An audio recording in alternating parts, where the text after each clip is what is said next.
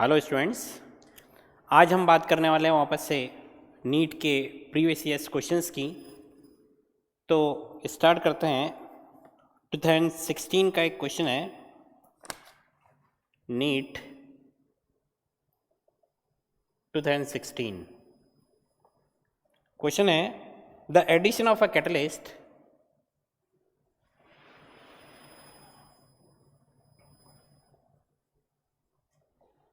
during a chemical reaction alters which of the following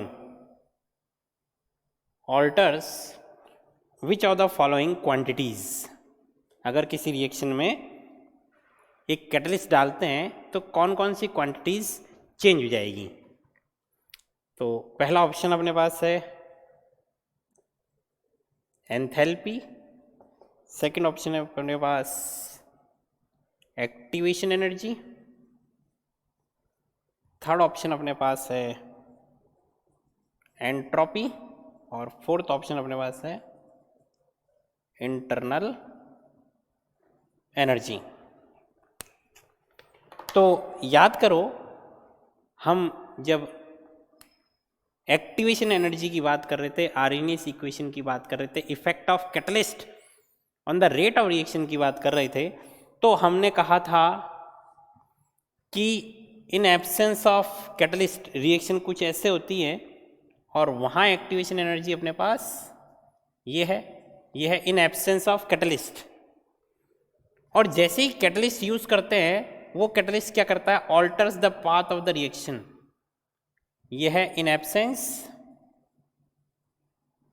of catalyst और ये है अपने पास इन प्रेजेंस ऑफ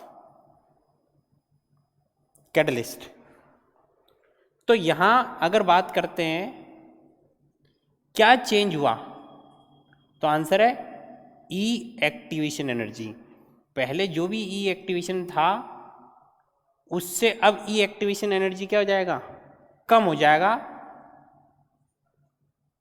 क्लियर है? इट मीन्स जो कैटलिस्ट है वो किसको अफेक्ट करता है, एक्टिवेशन एनर्जी। नीट 2016 का बहुत इजी क्वेश्चन था। नेक्स्ट क्वेश्चन अपन देखते हैं, नीट 2015 का क्वेश्चन।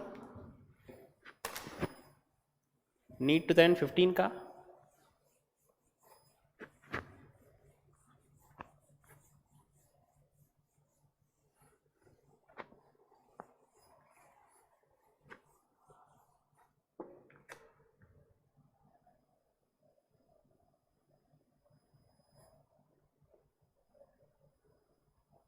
नीट 2015 क्वेश्चन है, the rate constant of reaction A gives B. इसके लिए रेट कांस्टेंट के का वैल्यू गिवन है 0.6 into 10⁻³ mole litre inverse second inverse. If the concentration of A is 5 m, concentration of A is equals to 5 m, then concentration of B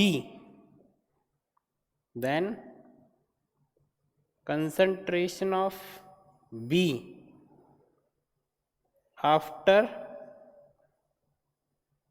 2 minutes is,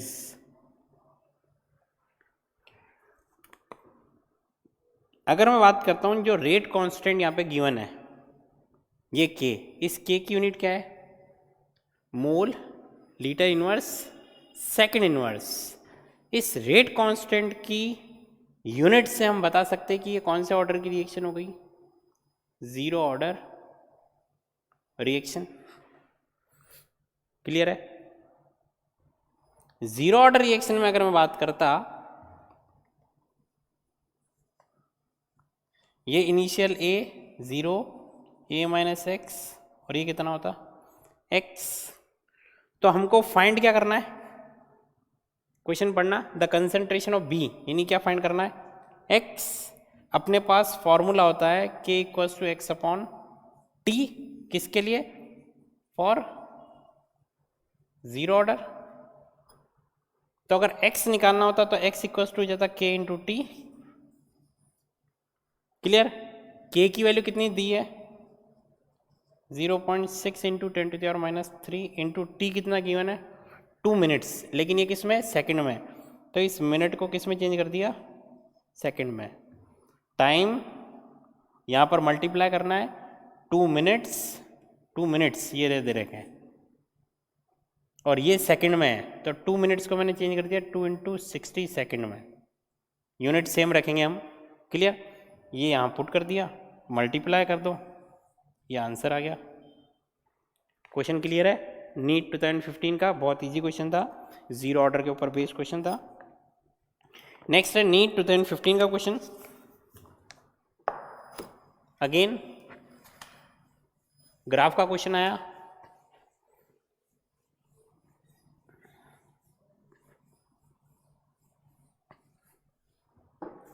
to 2015 ही है, third question हो जाएगा अपना। The activation energy of a reaction can be determined from the slope of which of the following. E activation find करना है, किससे slope,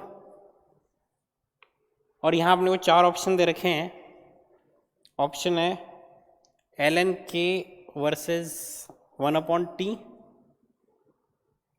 t upon ln k versus 1/t, ln k versus t, ln k upon t versus t। किसके बीच में हम graph plot करें कि उस graph का जो स्लोप आए वो स्लोप हमको ई एक्टिवेशन बता सके या हम उस स्लोप से ई एक्टिवेशन फाइंड कर सकें। तो अपने पास k equals to A e⁻e upon R T, ये क्या है आरएनएस इक्वेशन। इसका लॉग अपन जब सॉल्व करते हैं तो फाइनली अपने पास बनती है इक्वेशन ये log base 10 k equals to log base 10 a minus e upon 2.303 RT। तो यहाँ log k और 1/t में जब ग्राफ प्लॉट करते हैं, ये y एक्सिस पे, ये x एक्सिस पे, ये बन जाएगा c और ये अपने पास आ जाएगा स्लोप m। ये क्या है स्लोप। तो यहाँ स्लोप अपन क्या लिखते हैं, ग्राफ में अपन पहले भी बता चुके हैं, -e अपॉन 2.303 r। तो किस के बीच में ग्राफ प्लॉट करें कि हमको स्लोप का वैल्यू एक्टिवेशन एनर्जी प्रोवाइड करे, तो ln k या log बेस 10 k और 1/t में जो ग्राफ है, log बेस 10 k और 1/t में जो ग्राफ है वो हमको क्या देगा, एक्टिवेशन एनर्जी के बारे में इंफॉर्मेशन, या उसके स्लोप से हम क्या फाइंड कर सकते हैं एक्टिवेशन एनर्जी। ये था 2015 का question.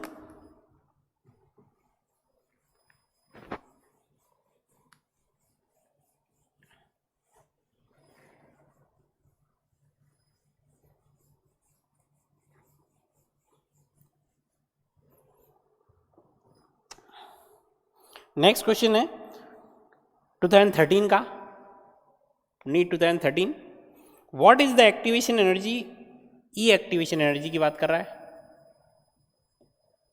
What is the activation energy for a reaction if it's rate doubles when the temperature is raised from, temperature को 20 डिग्री सेंटीग्रेड से कितना कर दिया 35 डिग्री सेंटीग्रेड, और कह रहा है जो रेट कांस्टेंट है K1 यहाँ है, K2 यहाँ पर है,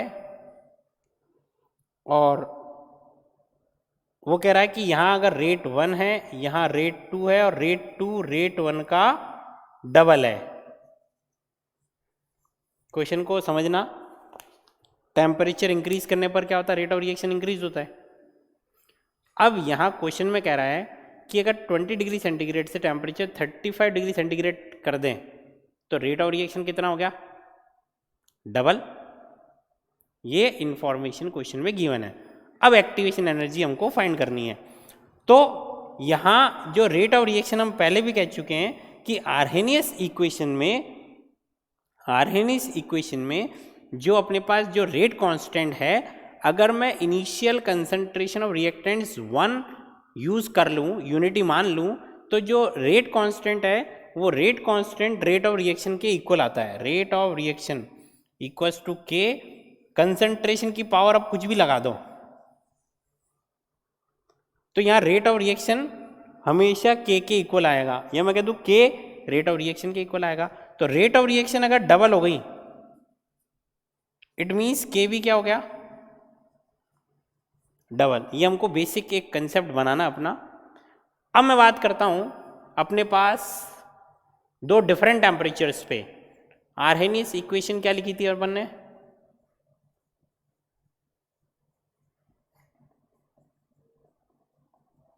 ये अपन ने लिखी थी log K2 upon K1 equals to E upon 2.303 R 1 upon T1 minus 1 upon T2।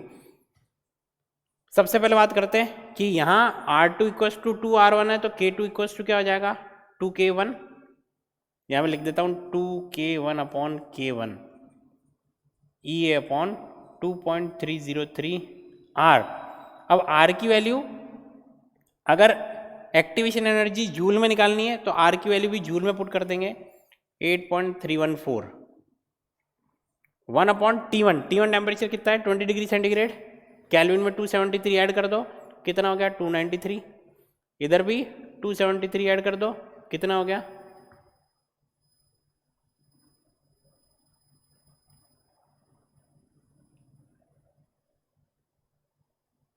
308। Clear, यहां पुट कर देते हैं, ये तो गया 293 माइनस 1 अपॉन 308। ये K1 से K1 गया, log 2 की वैल्यू होती है 0.3010 equals to E A upon 2.303 into 8.314 1 upon 293 minus 1 upon 308। यहाँ कितने अननोन है, केवल एक। एक्टिवेशन एनर्जी कैलकुलेट कर सकते हैं, सॉल्व कर सकते हैं, अपने पास आंसर आ जाएगा। ये था 2013 कैलकुलेटिव क्वेश्चन था। नेक्स्ट क्वेश्चन की बात करते हैं अपन 2012 की।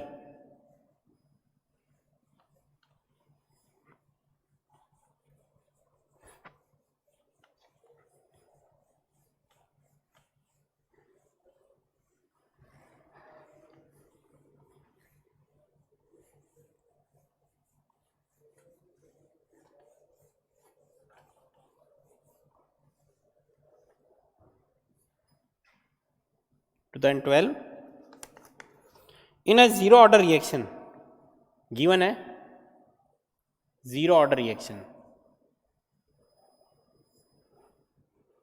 For every 10 degree centigrade rise of temperature, 10 degree centigrade temperature को क्या कर रहा है, राइज कर रहा है, द रेट इज डबल। हम जानते हैं in general when we increase the temperature by 10 degree centigrade, rate of reaction become 2 to 3 times of initial. If the temperature is increased from 10 degree centigrade to 100 degree centigrade, 10 degree centigrade से कितना कर दिया 100 degree centigrade, और हर बार 10 degree centigrade पर rate of reaction कितना हो रहा है, double. The rate of the reaction will become, यहाँ से यहाँ टेम्परेचर अगर कर दें तो अगर यहाँ रेट R1 थी तो यहाँ रेट कितना हो जाएगा। गिवन है कि हर बार 10 डिग्री सेंटीग्रेड में रेट डबल होता है। इट मीन्स अगर मैं 10 डिग्री सेंटीग्रेड से 20 डिग्री सेंटीग्रेड करता तो यहाँ अगर R1 है तो यहाँ डबल हो जाएगा 2R1। 30 करूँगा 10 डिग्री सेंटीग्रेड पे, इसका डबल, नेक्स्ट 10 डिग्री सेंटीग्रेड पे इसका डबल, नेक्स्ट 10 डिग्री सेंटीग्रेड पे, देन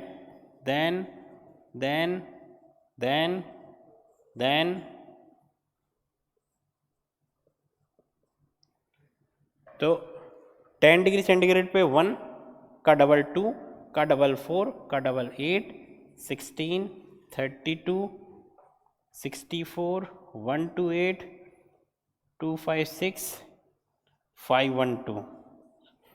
तो यहाँ R1 का कितने times 512 times rate of reaction हो जाएगा। बहुत इजी क्वेश्चन था। इतना टेम्परेचर 10 डिग्री सेंटीग्रेड से 100 कर दें तो रेट ऑफ रिएक्शन हो जाएगा 512 टाइम्स। ये था नीट 2012 का क्वेश्चन। नेक्स्ट क्वेश्चन की बात करते हैं। अगेन 2012 का क्वेश्चन ही है, 2012 का क्वेश्चन है। नेक्स्ट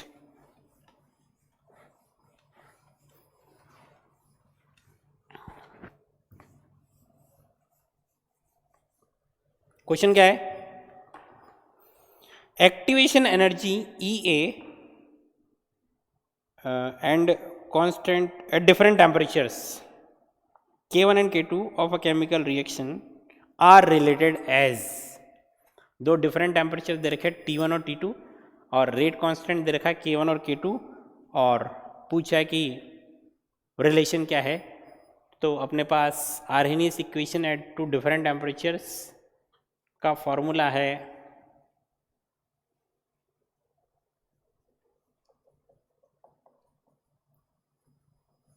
सिंपल सा फॉर्मूला पूछा था, डायरेक्ट फार्मूला बेस्ड। तो कभी कैलकुलेटिव पार्ट ज़्यादा आता है, कभी फार्मूला बेस्ड भी दे देते हैं। तो आंसर अपने पास 2012 का बहुत इजी क्वेश्चन था। नेक्स्ट बात करते हैं 2011 के क्वेश्चन की। Question number 6 2011, the rate of the reaction, the rate of reaction 2N2O5 gives 4NO2 plus O2।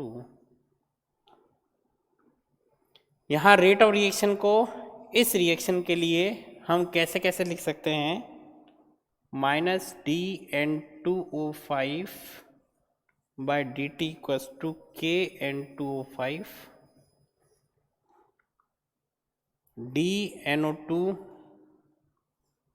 Upon dt equals to K dash N2O5 dO2 by dt equals to K double dash N2O5। ये question में information given है कि हम इस reaction के लिए rate of reaction को इन तीन मेथड से रिप्रेजेंट कर सकते हैं। The relationship between K dash and K double dash, हमको रिलेशन किसके बीच में निकालना है? K डैश और K डबल डैश, इनको रिलेट करना है। बहुत इजी क्वेश्चन था। सबसे पहले अपन बात करते हैं rate of reaction for the given reaction. कैसे रिप्रेजेंट करेंगे? -1/2 dN2O5 by dt equals to +1/4 dNO2 by dt equals to plus dO2 by dt। यहाँ तक क्लियर है? यहाँ तक कोई कन्फ्यूजन नहीं? अब क्वेश्चन में मेरे को क्या गिवन है? -DN2O5 ये रहा प्लस dNO2 बाई dt ये रहा और प्लस dO2 बाई dt ये रहा। मैं इसकी जगह वैल्यू पुट कर देता हूँ क्या? KN2O5। क्लियर है? केवल वैल्यू पुट कर रहा हूँ। -DN2O5 बाई dt की जगह -DN2O5 बाई dt की जगह वैल्यू पुट कर सकता हूँ KN2O5 पुट कर दी, प्लस dNO2 बाई dt की जगह क्या पुट कर सकता हूँ मैं बताओ? K dash N2O5 K dash N2O5 और प्लस dO2 बाई dt की जगह क्या पुट कर सकते हैं? K डबल डैश N2O5, ये K डबल डैश N2O5। यहाँ तक क्लियर है? और जब यहाँ तक क्लियर है तो फिर सब क्लियर ही है। क्या क्लियर है बताओ? आंसर क्या आ गया? 1/2 K is equals to 1/4 K dash equals to K double dash. 4 से मल्टीप्लाई कर दो तो 2K equals to K dash equals to 4K double dash. ये अपने पास रिलेशन आ गया K डैश और K डबल डैश में 2011 के अंदर। बहुत इजी क्वेश्चन। नेक्स्ट क्वेश्चन की बात करते हैं अपन। क्वेश्चन है 2010 का।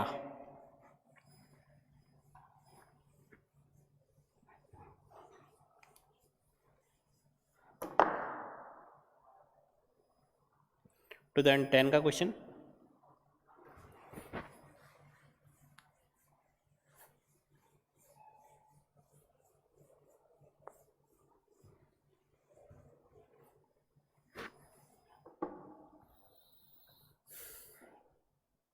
For the reaction 2NO plus Cl2 gives 2NoCl.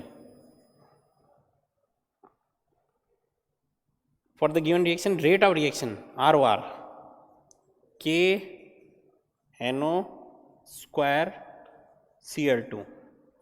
The value of rate constant can be increased.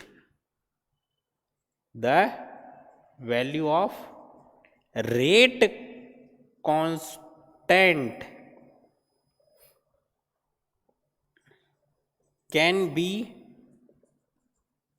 increased by। Question ध्यान से पढ़ना था केवल, और थ्योरेटिकल क्वेश्चन था, बहुत इजीली हम सॉल्व कर सकते हैं। रेट कांस्टेंट किस पे डिपेंड करता है? क्वेश्चन इतना सा है कि रेट कांस्टेंट कब इंक्रीज हो जाएगा। पहला ऑप्शन था इंक्रीजिंग द टेम्परेचर, दूसरा option increasing the concentration of NO, तीसरा option increasing the concentration of Cl2 और चौथा option doing all of these. तो क्या K रेट कांस्टेंट की वैल्यू कंसंट्रेशन पे डिपेंड करती है? आंसर है नहीं करती। इसीलिए तो डिफरेंट एक्सपेरिमेंट्स में जब रिएक्टेंट की कंसंट्रेशन की वैल्यू पुट करते हैं तो हर बार रेट कांस्टेंट का आंसर सेम आता है for a given order of reaction. Clear है? हर बार जब हम एक्सपेरिमेंट में डिफरेंट कंसंट्रेशंस लेते हैं रिएक्टेंट की, लेकिन फिर भी के जो रेट कांस्टेंट है उसका वैल्यू क्या आएगा? सेम आएगा for a given reaction, for a given order of reaction. It means के का वैल्यू रिएक्टेंट की कंसंट्रेशंस पे डिपेंड नहीं करता है, मैं कह दूं कंसंट्रेशन पे डिपेंड नहीं करता, केवल और केवल किस पे करेगा? टेम्परेचर पे। के ओनली डिपेंड्स ऑन टेम्परेचर। इसलिए हम कहते हैं टी इंक्रीज करने पर के क्या हो जाता है? इंक्रीज हो जाता है। क्लियर है? आर्हेनियस ने भी यही एक्सप्लेन किया था, टी इंक्रीज करने पर के इंक्रीज होता है। बहुत ही इजी सा क्वेश्चन दिया था, थ्योरेटिकल क्वेश्चन, नीट 2010 में। फिर बात करते हैं 2009 के क्वेश्चन की।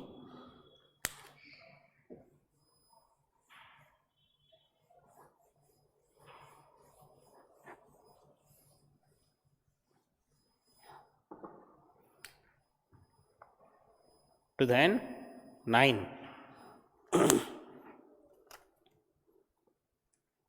क्वेश्चन अपने पास है N2 plus 3H2 gives 2NH3 d NH3 by dt equals to 2 into 10 to the power minus 4, then minus dH2 by dt would be। Simple सा क्वेश्चन था। Rate of formation of ammonia given है और rate of decomposition of hydrogen calculate करना है। NCERT based question. Rate of reaction को अगर relate करते ROR rate of reaction, तो कैसे रिलेट करते?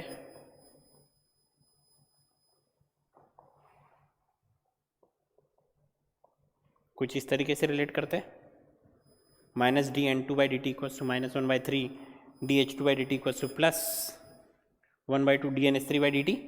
अब केवल हमको कंपैरिजन करना है जो पिछले क्वेश्चन में करा था। DNH3 by D T, DNH3 by D T, DNH3 by D T, DNH3 by D T, ये गिवन है अपने को। और कैलकुलेट क्या करना? Minus DH2 by D T, minus DH2 by D T, minus DH2 by D T, minus DH2 by D T, ये find करना है। तो 3 कहाँ जाएगा? इधर। और इसका वैल्यू कितना गिवन है? 2 into 10 to the power minus 4। ये अपने पास आंसर आ गया। बहुत easy question, NCERT based question था 2009 के अंदर। नेक्स्ट क्वेश्चन की बात करते हैं अपन। 2009 का फिर से एक और क्वेश्चन था।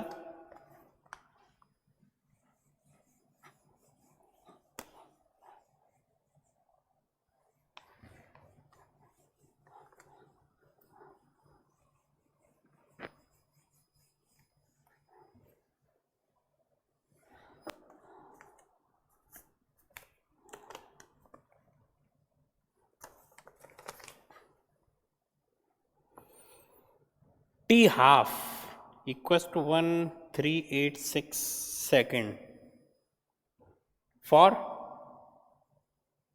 First order reaction, then specific rate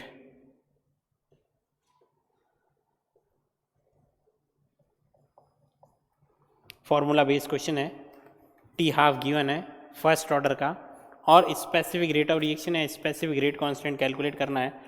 तो टी हाफ इक्वल्स टू होता है 0.693 अपॉन के, तो के इक्वल्स टू गया 0.693 upon T half. T half कितना गिवन है 1386, यहाँ पुट करेंगे, सॉल्व करेंगे, ये आंसर आ गया। क्लियर है? एक लास्ट क्वेश्चन और डिस्कस करेंगे 2008 का।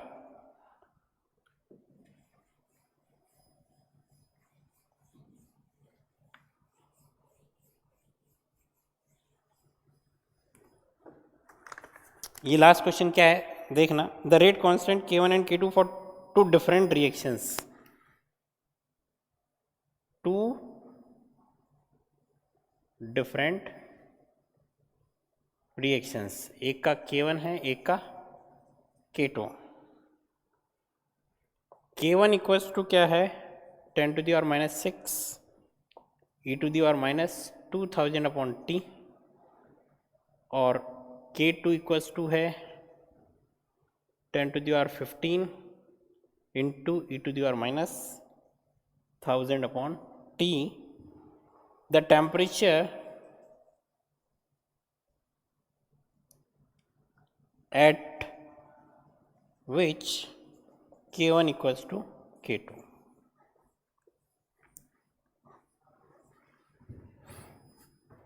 क्वेश्चन को ध्यान से समझने की कोशिश करना, दो अलग अलग रिएक्शंस है, एक का K1 दे रखा है, एक का K2 दे रखा है।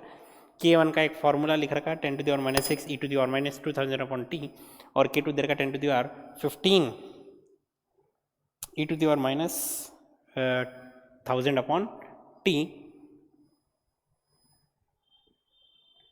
और क्वेश्चन है कि the temperature at which K1 equals to K2, किस टेम्परेचर पे K1 इक्वल्स टू K2 हो जाएगा। तो क्वेश्चन में गिवन है K1 equals to K2, K1 की वैल्यू कितनी है 10 to the power minus 6 into e to the power minus 2000 upon T, equals to क्या करना आपने को 10 to the power 15 into e to the power minus 1000 upon T. Clear? यहाँ मुझे इन values में कुछ गड़बड़ लग रही है, एक्चुअल क्वेश्चन में ये वैल्यूज़ नहीं थी, ये तो या तो 10 to the power 16 -16 और -15 है, या +16 और +15 है, कुछ छोटा सा करेक्शन होगा इस क्वेश्चन के अंदर, यहाँ शायद मिसप्रिंट है। तो हम तो इस क्वेश्चन में जो गिवन वैल्यूज़ है उसके बेसिस पे सॉल्व करते हैं क्वेश्चन को, जो गिवन अपने सामने उसके बेसिस पे सॉल्व कर रहे हैं। तो मैंने कहा अगर मैं सॉल्व करूँ इसको लॉग लेके, तो log 10 to the power minus 6 base e रख रहा हूँ plus log base e to the power minus 2000 upon T equals to log base e 10 to the power 15 plus log base e to the power minus 1000 upon T. log ले लिया अपन ने base ई में, ये -6 आगे log base ई 10, ये -2000 upon T कहाँ जाएगा यहाँ पर, ये -2000 upon T log base E equals to ये 15 आ गया जाएगा लॉग बेस ई 10, ये माइनस का 1000 अपॉन टी आ गया आएगा -1000 अपॉन टी लॉग बेस ई, ये लॉग बेस ई कितना हो जाएगा 1, ये भी कितना हो जाएगा 1, बेस ई हटा देते हैं तो -6 इंटू 2.303 लॉग बेस 10 और 10 -2000 upon T equals to 15 into 2.303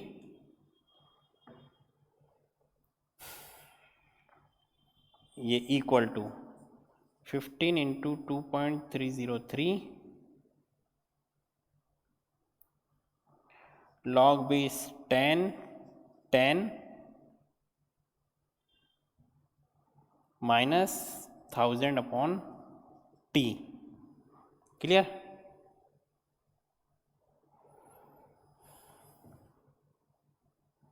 ये अपने पास कितना हो जाएगा 1, ये अपने पास कितना हो जाएगा 1, रिमेनिंग क्या रहा -6 into 2.303 minus 2000 upon T equals to 15 into 2.303 minus 1000 upon T. इसको इधर लेके जाएं, इसको इधर लेके आएँ तो -6 into 2.303 minus 15 into 2.303 equals to -1000 upon T. ये उधर जाएगा तो +2000 अपॉन टी। यहाँ तक क्लियर है मैथ्स? केवल मैथ्स की कैलकुलेशन कर रहा हूँ और कुछ भी नहीं। तो यहाँ से जब सॉल्व किया अपन ने तो ये आ गया -1000 upon T plus 2000 upon T, तो ये बचेगा 1000 upon T is equals to, ये माइनस में सॉल्व किया अपन ने, इसको मल्टीप्लाई करके इसमें ऐड करना है। मैं वैल्यू मान लेता हूँ, कुछ आ जाती है x। क्लियर?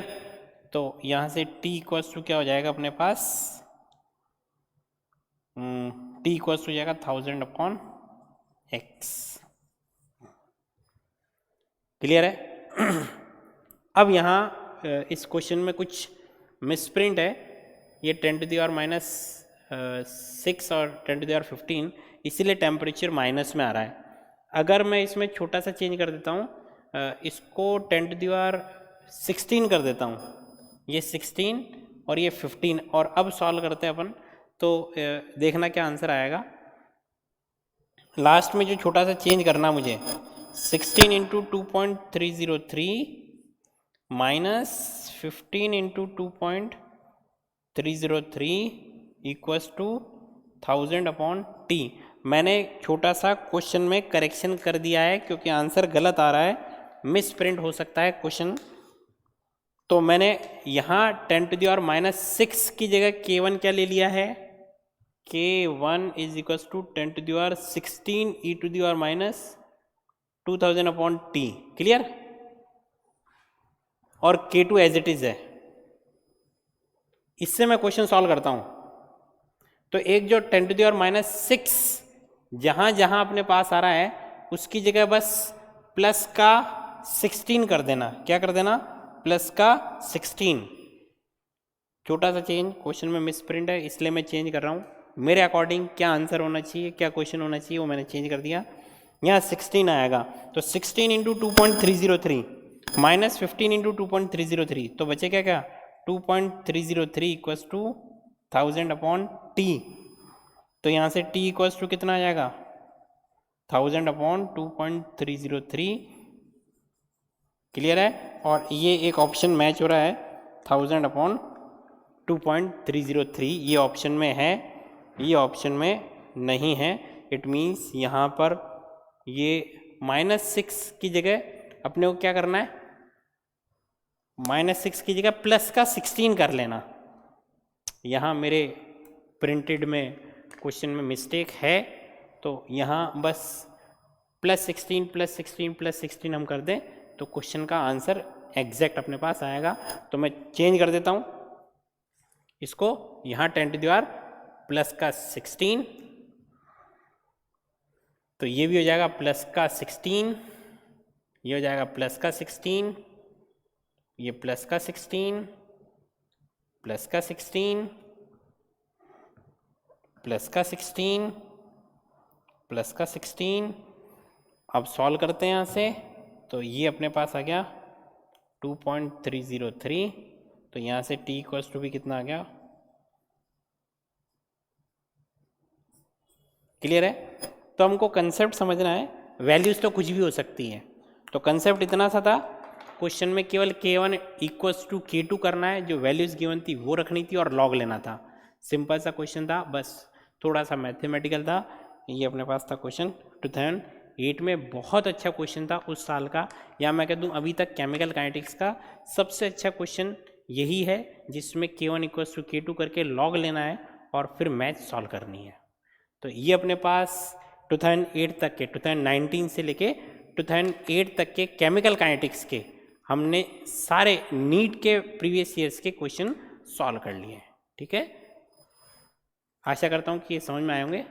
Thank you.